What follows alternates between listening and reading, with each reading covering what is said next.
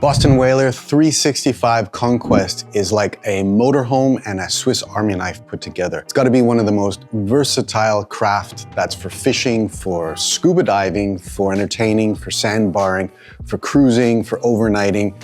There really is only one thing about the 365 Conquest that might be the deal breaker. I'll get to that after I show you all the details of this very impressive and durable craft. The 365 Conquest is a totally pimped out fishing boat, but with tiny house concept designed into it, which means that you got a lot of transformability in terms of the seating for more comfort. You have how that transforms into an entertaining boat. And it also is something that just drives right into the overnighting capabilities in terms of the cuddy cabin capabilities, the profile of being able to move furniture, electrically actuating a table to turn it into a bed. You have the Helm station and all the tech that comes from the Brunswick Corporation household of companies that turns the 365 Conquest into something that you really want to have for long-term use and for just therapy to make you happy.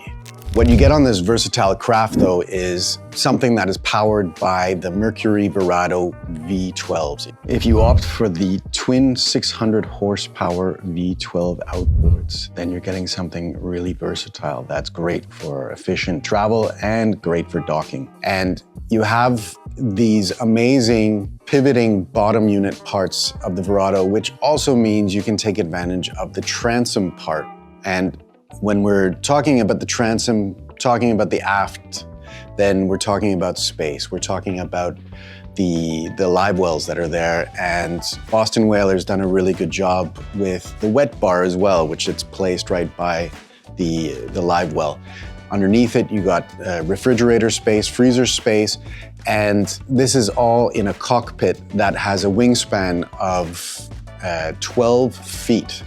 The beam is 12 feet. And on that cockpit, that beamy cockpit, you have a lot of options for the fishing, but you also get the entertainment as well, where you can put 2 tables in the middle of the cockpit, turn it into a very generous amount of space for entertaining, for dining. You move on to the jump seats, which are on the port side of the gunwales there. You have at the transom, you also have a flip down sofa as well. You have a rear facing pull out seat that can transform into a higher perched trolling throne of sorts if you're trolling, you're cruising about the Gulf.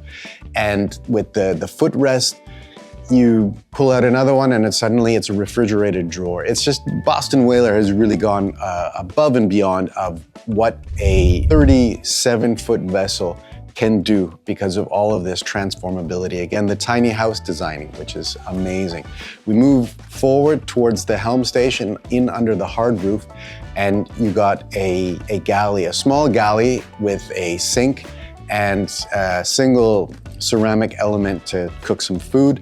This can come under the contained inside interior climate controlled saloon, which is something that's going to be nice for the northeastern, northwestern areas for boating. And with heat and air conditioning, you're going to just be able to extend your summers, extend the season, or even begin early. And we continue again to the versatility, the transformability. If we think of what seating inside that room should be like in order to accommodate people, then you have this really amazing transformable dinette where the table obviously flips up. That's nothing incredible. The backrests, they also flip-flop. That's not necessarily anything incredible either. But if you take the navigator seat with its flip-flopping backrest, and then you take the rear-facing seat with its flip-flopping backrest, flip them over, open them,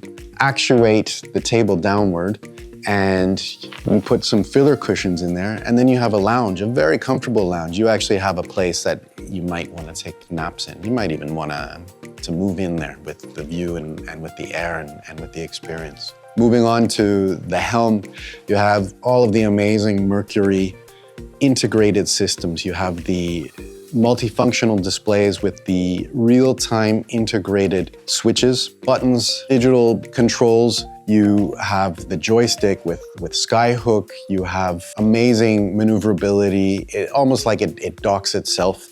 You have the power at your hands, and you're a little higher up in the helm with the higher ceilings. You're a little higher up, which means that you can take advantage of the large windows that are around you for an excellent 360-degree view. These windows also have electrically actuated window vents so that you can let some fresh air in if you need to. The sky roof as well. You can look up to the upper deck or the Flybridge, which is there. And speaking of the Flybridge, on the upper deck you have controls that mirror exactly what you got at the helm station in the saloon below. It's a very Spartan sofa for two. It's a functional upper bridge intended for sport fishing, for spotting tuna, for cruising, even for navigating through narrow channels where you might want to have a better view of the shallows. It has the outriggers, it has a profile that you're going to expect with a lot of sport fishing boats, actually. Moving on down into the cabin interior, you have grab handles on each side just when the going gets rough. Then the walking doesn't necessarily get dangerous. Walking down, you have the option of a settee sofa, as we had on the version that we checked out. Otherwise, you can opt for a galley, an interior galley, if you're going to be spending more time inside. It comes with a sink, it comes with another element for cooking. It's 4 people sleeping. Otherwise, you got the 5th that can take advantage of that settee in this area as well. You have great space to sit and to watch TV. On top of that, all the natural light that comes in everywhere means that it's a very pleasant experience that is the opposite of claustrophobic. Moving on to what Boston Whaler calls the dynamic cabin system, which essentially is another actuating control that brings the table at the very bow down, and almost like a pair of wings, the 2 side sofa portions, they will close in around on top of that table. There are power sockets everywhere, and there are also drawers everywhere as well for storing all your items, your goodies. Moving on to the day head, which is the only head that you got on this boat. It is only a 37-footer, 36.6 to be precise. But you wouldn't know that by walking into this bathroom. You have a beautifully appointed bathroom with some nice finishes, some nice details, but where functionality and style develop a nice synchronicity that makes you think that you're maybe on a mini yacht of some kind. No matter what, you have space to maneuver, and you have the partition as well with the shower. So you have the dry head, and looking into the shower as well, you have a nice place to sit if it's rocky, so you can use this shower no matter what the conditions are. Everything seems to be durable. The finish is very premium feeling, and there's space enough for everything, including hanging your towels, including changing for that matter. Underneath the stairs, you're gonna find another berth. It's a berth that can also be transformed. This is the 365 Conquest, which maybe should be called the 365 Transformer. Under these stairs, it's a U-shaped sofa that doesn't have much headroom, but you can sit and you can watch TV in there. And there are filler cushions as well, which turns it into a very nice queen-size bed. In fact, if this were my vessel, I would likely end up using that as my bed and taking advantage of the V-berth in the front just in its table form, unless of course I was traveling with passengers, with my kids, for example. This leads to the biggest downside I can think of in terms of what this boat can't do. And in terms of privacy, it cannot provide privacy for anybody more than 2 people. So you're a couple, you're gonna have a beautiful, lovely motorhome-like place on the water. But if you have kids, there's not even a curtain that's gonna separate your sleeping quarters.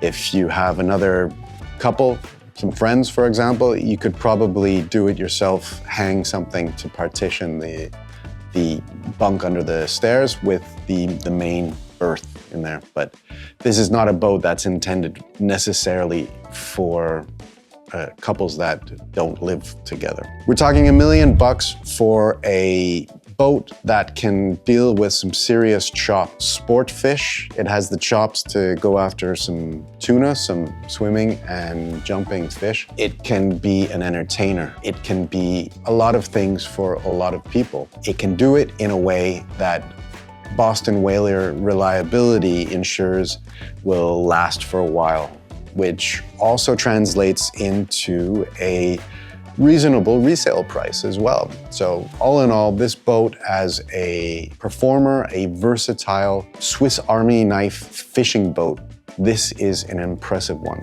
I'm Bradley, thanks for watching, and see you out on the water.